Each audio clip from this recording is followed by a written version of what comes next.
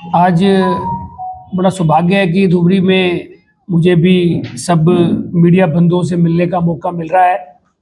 अभी मेरे से पूर्व जो पहले विधायक रहे हैं आदरणीय सरकार साहब ने डिटेल में, चाहे वो नॉर्थ ईस्ट के लिए किया हो बजट में अच्छा काम, चाहे देश के लिए, उसका सबका जिक्र किया।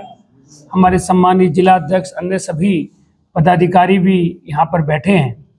मैं ज़्यादा उसको डिटेल में इसलिए नहीं बताऊंगा कि ऑलरेडी सरकार जी ने उसको बताया है, पर मैं कुछ पॉइंट का जिक्र आपके बीच में जरूर करना चाहता हूँ। मैं दिल्ली से विधायक हूँ, अनिल शर्मा नाम है, दिल्ली में कॉन्स्टिट्यूंसी RK पुरम, वहाँ से विधायक हूँ। अभी यहाँ एक इलेक्शन जो अभी होने वाला है उसके पर्पस के लिए यहाँ पर आए हुए हैं, तो इस बहाने आपसे मिलने का भी सौभाग्य मिल रहा है। अगर हम इस बजट को एक लाइन में बोलें तो ये बजट विकसित भारत के लिए बजट आया है। 2047 में जो माननीय मोदी जी ने इस देश को विकसित भारत की कल्पना की है, उस कल्पना को साकार करने के लिए ये बजट आया है। ये बजट युवाओं के लिए है, ये बजट इस देश की इकोनॉमी के लिए है, इंफ्रास्ट्रक्चर के लिए है। ये इस बजट के अंदर अगर हम बात करें, अभी 7 हाई स्पीड रेल कॉरिडोर बनने की बात की है। ये अपने आप में खाली एक रेल कॉरिडोर बनने की बात नहीं है, उसके साथ साथ कितनी डेवलपमेंट उस इलाके में होती है, कितनी चीजें उस इलाके के अंदर तरक्की करती हैं, हम ये सब जानते हैं। अभी तक हम देखते थे कि रेल कनेक्टिविटी, खासकर हाईवे कनेक्टिविटी, एयर कनेक्टिविटी देश के अंदर बहुत पिछले 11 साल में ज्यादा हुई है। हर क्षेत्र में काम हुआ है, पर कहीं ना कहीं जो जल मार्ग जिसको बोलते हैं हम, उस पर उतना काम नहीं हुआ था। इस बार 20 नए जल मार्ग बनाने की बात हमारे माननीय प्रधानमंत्री जी ने, जो अभी ये बजट निर्मला सीतारमण जी ने पेश किया है, उसके अंदर ये भी है। तो आने वाले समय में हमारा जो आना जाना जो अभी रोड पर होता था, रेल से होता था या एयर से होता था, तो 20 नए जल मार्ग बनने से हमारी कनेक्टिविटी और ज़्यादा अच्छी होगी। ये भी एक बहुत बड़ा काम इसमें किया है, जिसका जिक्र अभी किया। बीमारियां तो कोई भी हो वो गलत होती है, पर कैंसर की बीमारी की जितनी दवाइयां थी उस पर टोटल छूट दे देना, उस पर कोई टैक्स नहीं लगेगा, इतना बड़ा काम ये अपने आप में बड़ा काम है। साथ ही SME के लिए जिसका जिक्र भी अभी किया, 10,000 करोड़ हमारे युवाओं के लिए, जो लोग नए रोजगार खोलना चाहते हैं, नए नए काम करना चाहते हैं, वो खुद का रोजगार तो अलग बात है लगाते हैं, परंतु उस रोजगार के माध्यम से हजारों लोगों को रोजगार मिलता है। क्योंकि सरकारी नौकरी मिलना वो जरूरी है, परंतु उससे भी जरूरी है कि हर एक व्यक्ति को रोजगार मिले। तो उस रोजगार मिलने के लिए 10,000 करोड़ रुपए उसके स्कीम के लिए रखी है, जिसके अंदर मुझे लगता है हजारों नए युवा उसमें जुड़ सकते हैं। ऐसे ही हर डिस्ट्रिक्ट में हमारी बहनों के लिए, महिलाओं के लिए हॉस्टल बनाने की जो बात की है, वो भी अपने आप में एक बड़ा काम है। बायोफार्मा सेक्टर के लिए 10,000 करोड़ रखे हैं। बड़े टेक्सटाइल पार्क बनाए जाएंगे। शहरी आर्थिक क्षेत्र पर प्रति वर्ष 5,000 करोड़ रुपए खर्च होंगे। आप सोचिए कि कोई भी ऐसा क्षेत्र नहीं है जिसको टच ना किया हो। इसके अंदर हमारे लिए 1 lakh specialist health care professional तैयार किए जाएंगे, क्योंकि 2 ही फील्ड ऐसी हैं।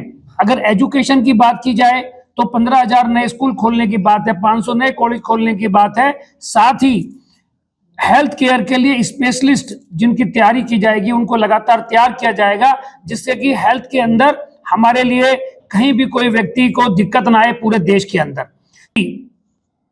कपड़ा, जूता और चमड़े का सामान ये सब सस्ता होगा। इनकम टैक्स स्लैब में बेशक कोई बदलाव नहीं किया गया है, परंतु उसके लिए भी उसके अंदर छूट और भी तरीके से दी गई। 3 महीने एक्स्ट्रा आप उसको जमा करने का टाइम बढ़ाया है। पिछले बजट के अंदर इनकम टैक्स में बहुत ज्यादा छूट दी थी, हम सब जानते हैं, जो लास्ट बजट आया था, तो उसको अंदर अभी 3 महीने का एक्स्ट्रा समय दिया गया है।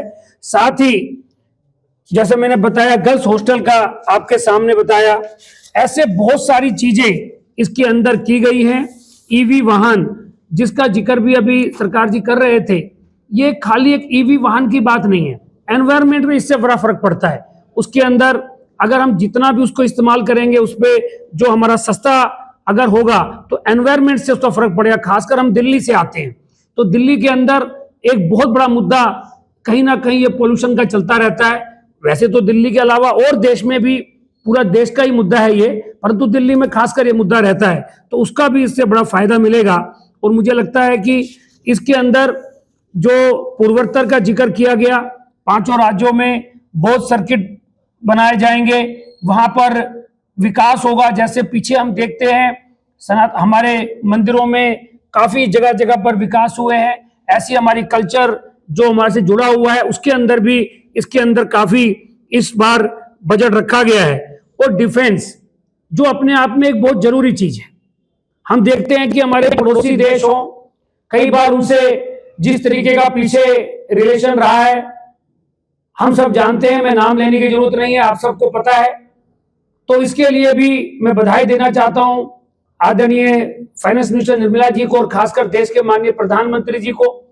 15% से ज्यादा बजट पिछली बार से डिफेंस में बढ़ाया है। डिफेंस का बजट कहीं ना कहीं हमारे देश के लिए बहुत जरूरी एक ऐसी चीज है, उसके लिए हमें बधाई देना चाहिए। क्लीन एनर्जी के लिए जैसे 20,000 करोड़ रुपए रखे जाएंगे।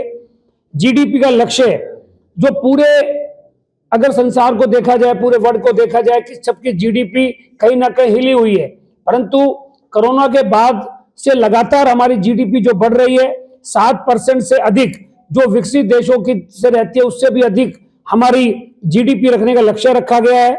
इस तरीके से मैं ये कहना चाहता हूं कि ये बजट जो है, चाहे वो शिक्षा के क्षेत्र में हो, चाहे हेल्थ के क्षेत्र में हो, चाहे इंफ्रास्ट्रक्चर के क्षेत्र में हो, हर क्षेत्र में ये बजट बहुत अच्छा बजट है। ये बजट इस देश को विकसित भारत की तरफ लेके जाएगा। इन्हीं शब्दों के साथ आप सबका बहुत बहुत धन्यवाद। भारतीय जनता पार्टी जिला कार्यालय आज जी संबाद मेल आमार उपस्थित सम्मानीय जिला सभापति राय डांगरिया, आमार मजत उपस्थित आमार दिल्ली विधानसभा सम्मानीय विधायक श्रीजुत अनिल शर्मा डांगरिया, आमार राज्यिक पैनेलिस्ट आमार विश्वजित राय डांगरिया, प्राक्तन जिला सभापति आमार प्रसेनजित दत्त डांगरिया, आमार मीडिया सेलर श्रीवास दास डांगरिया के धरी आमार दलीय नेतृबृंद, गति आपलोक आज ये संबाद मेलर जरिए जे जोआ फेब्रुआरी माहर 1 तारिख केंद्रीय वित्तमंत्री निर्मला सीतारामन डांगरियानी जी संसद जी बाजेट 2026-27 बाजेट उत्थापन करिले और ये बाजेटखনৰ जरिए आमी उत्तर पूर्वांचल देशवासीक जेनेके এই বাজেটখনে যথেষ্ট উৎফুল্লিত কৰিছে। বিশেষকৈ উদ্যোগপতি যুৱ প্ৰজন্ম আৰু মহিলাসকলক আৰ্থিকভাৱে স্বাৱলম্বী কৰাৰ কাৰণে যি ধৰণে আমাৰ বিত্তমন্ত্ৰী ডাঙৰীয়ানী বাজেটত এইবাৰ উল্লেখযোগ্য কিছু পদক্ষেপ লৈছে, ঠিক তেনেধৰণে আমাৰ উত্তৰ পূৰ্বাঞ্চলক এই বাজেটখনে যথেষ্ট উৎসাহিত কৰিছে। বিশেষকৈ বিকশিত ভাৰত নিৰ্মাণৰ যি পৰিকল্পনা, এই পৰিকল্পনা মাফিক বাজেটখনৰ কিছু আমাৰ বিন্দু আমাৰ দৃষ্টিগোচৰ হৈছে। এই পইণ্টখিনি আপোনালোকৰ আগত আমি দাঙি ধৰিম। বিশেষকৈ এইবাৰ বাজেটখনত আমাৰ উত্তৰ পূৰ্বাঞ্চলে কি পালে সেই বিষয়টো হ'ল উত্তৰ পূৰ্বাঞ্চলৰ বিশেষকৈ এই বাজেটখনে এইবাৰ যিটো যুৱ প্ৰজন্মক কৰ্মসংস্থাপন দিয়াৰ কাৰণে উল্লেখযোগ্য দিশটো হ'ল যে টুৰিজিম। আৰু আগন্তুক ভাৰতবৰ্ষ যে টুৰিজিমৰ ওপৰত যথেষ্ট কাম কৰিব, তাৰ কাৰণে পৰিকল্পনামাফিক কিছু কাম কৰিছে। আৰু এই টুৰিজিমৰ ক্ষেত্ৰত বিশেষকৈ আমাৰ উত্তৰ পূৰ্বাঞ্চল আপোনালোকে জানে যে গোটেই বিশ্বৰ ভিতৰত উত্তৰ পূৰ্বাঞ্চলত বৌদ্ধ যিটো তীৰ্থ এইটো যথেষ্ট আমাৰ ইয়াত সমল আছে। এই সমলক কেন্দ্ৰ কৰি উত্তৰ পূৰ্বাঞ্চলৰ বৌদ্ধিক চাৰ্কিটৰ বাবে প্ৰায় 1200 কোটি টকা ধাৰ্য কৰে। অসমৰ যি উত্তৰ পূৰ্বাঞ্চলৰ যি 6খন ৰাজ্য, সেই ৰাজ্য সামৰি এটা বৌদ্ধিক চাৰ্কিট ইয়াৰ নিৰ্মাণ হৈছে। গতিকে সেইটো আমাৰ কাৰণে এটা পজিটিভ, আৰু ইয়াৰ বেছি সফল পাব আমাৰ অসম, কাৰণ ইফালে ছিকিম আৰু অৰুণাচল, গতিকে অসমে এই চাৰ্কিটটোৱে গতি কৰিব। গতিকে আমি যথেষ্ট উপকৃত হ'ম। আৰু এই চাৰ্কিটটোৰ লগে লগে আমাৰ টুৰিজিম ক্ষেত্ৰত এবাৰ উল্লেখযোগ্য এবাৰ বাজেট ধৰিছে, বাজেটত টকা নিৰ্ধাৰণ কৰিছে। বিশেষকৈ কাজিৰঙা, লকটক হ্ৰদ আৰু নামদাং আদি কৰি বনাঞ্চলৰ টুৰিজিম ক্ষেত্ৰত পৰিণত কৰাৰ কাৰণে প্ৰায় 800 কোটি টকা এই কেন্দ্ৰীয় বাজেটত আমাৰ ধাৰ্য কৰা আছে। আৰু এইখিনিৰ উপৰিও বিশেষকৈ যেহেতু নৰ্থ ইষ্ট হ'লে এটা গোটেইকেইটা ষ্টেটত আমাৰ ট্ৰাইবেল মানুহ যথেষ্ট বেছি, আৰু ট্ৰাইবেল মানে এই ট্ৰাইবেলসকলৰ যিটো হেৰিটেজ, যিটো সিহঁতৰ কালচাৰ আছে, এই কালচাৰৰ ওপৰত নিৰ্ভৰ কৰি সিহঁতৰ হেৰিটেজ মিউজিয়াম নিৰ্মাণ কৰাৰ কাৰণে 600 কোটি টকা আমাৰ কেন্দ্ৰীয় বাজেটত ধাৰ্য কৰে। আৰু এইবাৰ পোনপ্ৰথমবাৰৰ বাবে কেন্দ্ৰীয় বাজেটত এটা দৃষ্টান্তমূলক পদক্ষেপ লয় যে ফেষ্টিভেলৰ কাৰণে টকা নিৰ্ধাৰণ কৰে, যে নৰ্থ ইষ্ট ট্ৰাইবেল ফেষ্টিভেলবিলাক হয়। আৰু এই ট্ৰাইবেল ফেষ্টিভেল যেনেকৈ আপোনালোকে জানে যে আমাৰ ওচৰতে আমাৰ বড়োলেণ্ড বা বড়োভূমিত এটা ট্ৰাইবেল ফেষ্টিভেল হয়।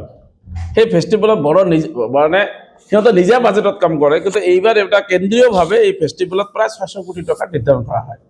আৰু আপোনালোকে কেইদিনমান আগত দেখা পাইছে যে আমাৰ কেন্দ্ৰীয় গৃহমন্ত্ৰী অমিত শ্বাহ ডাঙৰীয়াই মিচিং জনগোষ্ঠীৰ যুৱ মহোৎসৱত আহি আমাক যথেষ্ট উৎসাহিত কৰিছে। গতিকে এইখিনিৰ জৰিয়তে আমাৰ টুৰিজিম বাঢ়িব।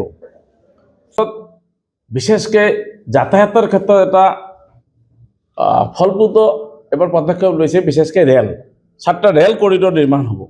আৰু সেই 7টা ৰেল কৰিডৰৰ ভিতৰত দ্ৰুতগামী ৰেল, সেই ৰেল কৰিডৰৰ ভিতৰত আমাৰ বাৰাণসীৰ পৰা শিলিগুৰিলৈ যিটো ৰেল কৰিডৰ, দ্ৰুতগামী ৰেল কৰিডৰ নিৰ্মাণ হ'ব। মই ভাবোঁ এই ৰেল কৰিডৰৰ জৰিয়তে নৰ্থ ইষ্ট যথেষ্ট উপকৃত হ'ব, আৰু বিশেষকৈ আমি ধুবুৰী জিলাতো বেছি উপকৃত হ'ম।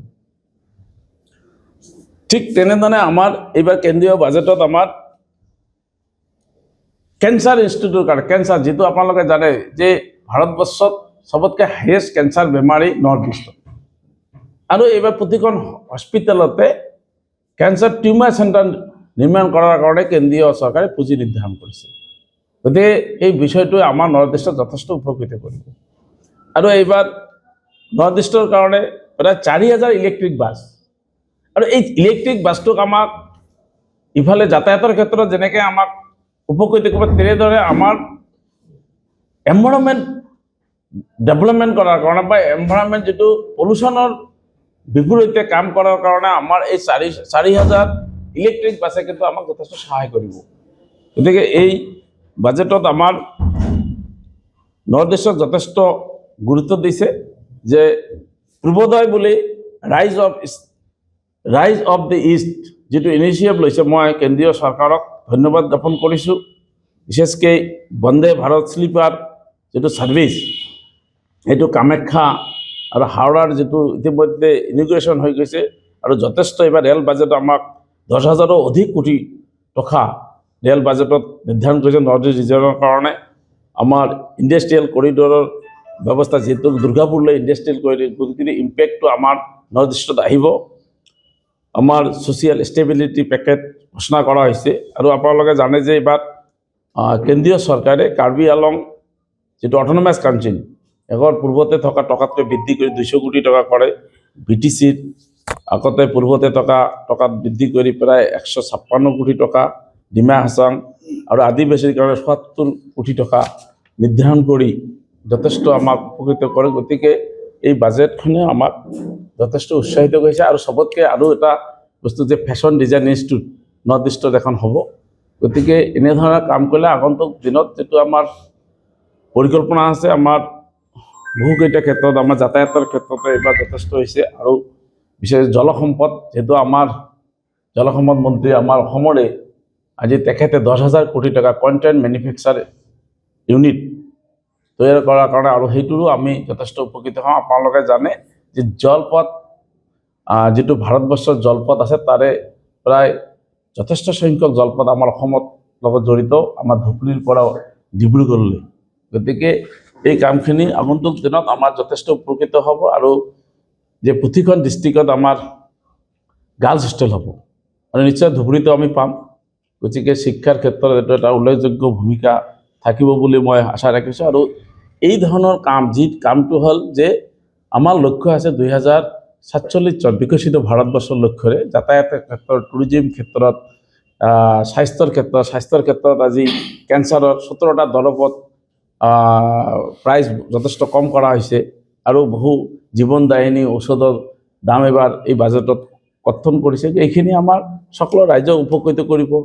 কৃষি ক্ষেত্ৰত আমাৰ যথেষ্ট স্কিম আনিছে যে বিশেষকৈ আজি আমাৰ যিটো এম এছ পি নিৰ্ধাৰণ কৰি আমি উপকৃত হৈছোঁ। এইবাৰ এম এছ পিটো আমাৰ 2-4টা যিটো প্ৰডাক্ট এম এছ পিত ইনক্লুড কৰিছে। গতিকে সকলো সামৰি বাজেটখন যথেষ্ট উৎসাহজনক বাজেট আৰু ইয়াৰ ফল অসমে লাভ কৰিব যে চিটি ইনফ্ৰাষ্ট্ৰাকচাৰ যিটো আমাৰ এইবাৰ নিৰ্ধাৰণ কৰিছে যে অহা 5 বছৰত প্ৰায় 5,000 কোটি টকা আমাৰ এই যিটো 5 লাখতকৈ কম 5 লাখ জনসংখ্যা থকা চিটিত ডেভেলপমেণ্টৰ কাৰণে আমাৰ নৰ্থ ইষ্ট ৰিজনত টকা নিৰ্ধাৰণ কৰিছে। মই ভাবোঁ যে এই বাজেটখনে আমাক যি ধৰণে পৰৱৰ্তী দিনত আমাৰ ইনফ্ৰাষ্ট্ৰাকচাৰ ডেভেলপমেণ্ট, এমপ্লয়মেণ্ট জেনেৰেশ্যন আৰু আমাৰ মহিলাৰ সবলীকৰণ গোটেই বিষয়টোত আমাৰ বাজেটখনে যথেষ্ট উৎসাহ আনিছে।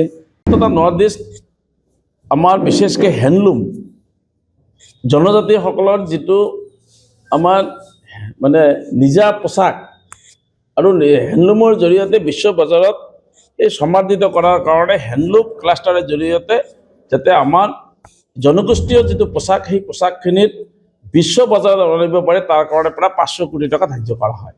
গতিকে এইটো আমাৰ কাৰণে যথেষ্ট আমাৰ ফলপ্ৰসূ হ'ব। আমাৰ বহুত হেণ্ডলুমত কাম কৰা আমাৰ কৰ্মসংস্থান লাভ কৰিব আৰু বিশেষকৈ এবাৰ উত্তৰ পূৰ্বাঞ্চলৰ সাংস্কৃতিক ক্ষেত্ৰত যথেষ্ট গুৰুত্ব দিছে। ইমান দিনে অৱহেলিত থকা উত্তৰ পূৰ্বাঞ্চলত প্ৰতিটো বিন্দুত এবাৰ আমাৰ বাজেটে আমাক টাচ কৰিছে। যে সাংস্কৃতিক ক্ষেত্ৰত প্ৰায় 300 কোটি টকা, পৰ্যটন নদী পৰ্যটনৰ ক্ষেত্ৰত আন্তঃগাঁথনিৰ উন্নয়নৰ কাৰণে 1,000 কোটি টকা। আপোনালোকে জানে যে বিশ্ব মানচিত্ৰত যিটো আমাৰ হেৰিটেজৰ কাৰণে এইবাৰ অসমক বা উত্তৰ পূৰ্বাঞ্চলত হেৰিটেজ ছেক্টৰত যথেষ্ট উন্নয়নৰ কাৰণে বাজেট ধাৰ্য কৰা আছে। আৰু আমাৰ যিটো আমাৰ নৰ্থ ইষ্ট ডেভেলপমেণ্ট যিটো ডোনাৰ মন্ত্ৰালয়ত পূৰ্বতে দিয়া বাজেটৰ পৰিমাণ আছিল 4,500 কোটি টকা। এইবাৰ সেই পুঁজি 8,500 কোটি টকালৈ বৃদ্ধি কৰা হয়। গতিকে আমাৰ কাৰণে এটা যথেষ্ট ফলদায়ক হ'ব।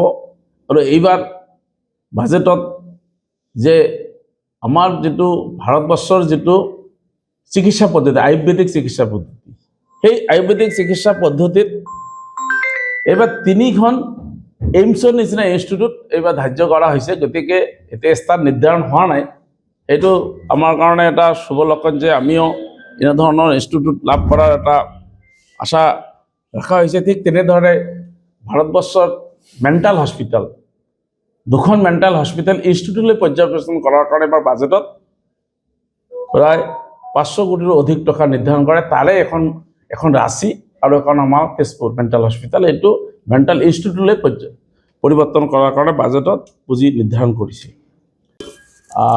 টকা বা এম এছ ছেক্টৰৰ বিভিন্ন স্কিম দিছে যে ইণ্ডাষ্ট্ৰী নিৰ্মাণ কৰাৰ কাৰণে যে আমাৰ কেপিটেল ইনভেষ্টমেণ্টৰ টকা ছাবচিডি আছে, আমাৰ ইলেক্ট্ৰিক পাৱাৰ ছাবচিডি দিছে। গতিকে সেই ক্ষেত্ৰত আমাৰ ইণ্ডাষ্ট্ৰীৰ ক্ষেত্ৰত যথেষ্ট আছে। আৰু আপোনালোকে জানে ছেমি কণ্ডাক্টৰ ভাৰতবৰ্ষত 3 ঠাইত ছেমি কণ্ডাক্টৰ ইণ্ডাষ্ট্ৰী, আৰু এইবাৰ ছেমি কণ্ডাক্টৰ ইণ্ডাষ্ট্ৰীৰ কাৰণে স্পেচিয়েলি 40,000 কোটি টকা এইবাৰ বাজেটত ধাৰ্য কৰা। 40,000 কোটিত 3খন ছেমি কণ্ডাক্টৰ ইণ্ডাষ্ট্ৰী আছে, তাৰ ভিতৰত আমাৰো আছে। গতিকে আমিও তাৰ পৰা ফল পাম, লাভ হ'ব। গতিকে সেইখিনি আপোনালোকক অৱগত কৰিলে নিশ্চয় আমাৰ এই বাজেটখনে আমাৰ মাজত উৎসাহ আনিছে। এই বাজেটখনত বেছি কৰ কাটাল নিৰ্ধাৰণ কৰা নাই, গতিকে যথেষ্ট উৎসাহজনক বাজেট বুলি আমাৰ অনুভৱ হৈছে। গতিকে যে আমাৰ মাজত উপস্থিত আছে আমাৰ দিল্লী বিধানসভাৰ সন্মানীয় বিধায়ক মই আমাৰ অনিল শৰ্মা ডাঙৰীয়াক আপ থোড়া ব্ৰিফ কিজিয়ে। যিকোনো খবৰৰ বাবে যোগাযোগ কৰক আমাৰ এই নম্বৰত 9181 307 2221।